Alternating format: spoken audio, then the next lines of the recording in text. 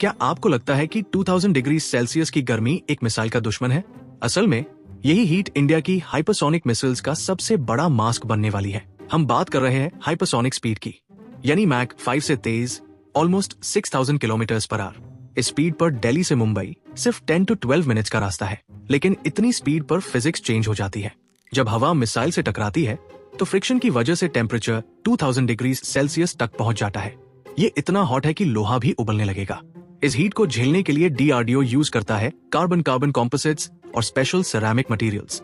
ये मटेरियल्स सिर्फ मेल्ट नहीं होते, बल्कि हीट को अब्सॉर्ब करके स्ट्रक्चर को मेंटेन रखते हैं। इंजन के अंदर की चैलेंज और भी बड़ी है। इसे कहते हैं स्क्रैमजेट। बेसिकली ये एक ऐसी आग जलाने जैसा है जो किसी तूफान के बीच में भी ना बुझे। अब आते हैं सबसे कूल कॉन्सेप्ट पर, प्लाज्मा स्टेल्थ। इतनी हाई हीट पर मिसाइल के आसपास की हवा आयोनाइज हो जाती है, यानी वो प्लाज्मा बन जाती है। ये प्लाज्मा लेयर रडार की वेव्स को एब्सॉर्ब कर लेती है। रिजल्ट, मिसाइल इतनी तेज है कि आप उसे रोक नहीं सकते, और प्लाज्मा स्टेल्थ की वजह से आप उसे रडार पर देख भी नहीं सकते।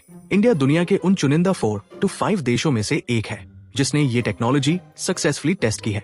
हमने दिखा दिया है कि हम सिर्फ टेक्नोलॉजी कंज्यूम नहीं करते, हम फ्रंटियर टेक बिल्ड करते हैं। सस्टेन फ्लाइट, यानी लंबे समय तक एटमॉस्फेयर में हाइपरसोनिक स्पीड बरकरार रखना, मटेरियल साइंस का एक बड़ा चमत्कार है, और इंडियन साइंटिस्ट्स ने इसे क्रैक कर लिया है। आज जब हम मैक 6 की बात करते हैं तो ये सिर्फ स्पीड की बात नहीं है, ये इंडिया की सिक्योरिटी और आत्मनिर्भर होने की कहानी है।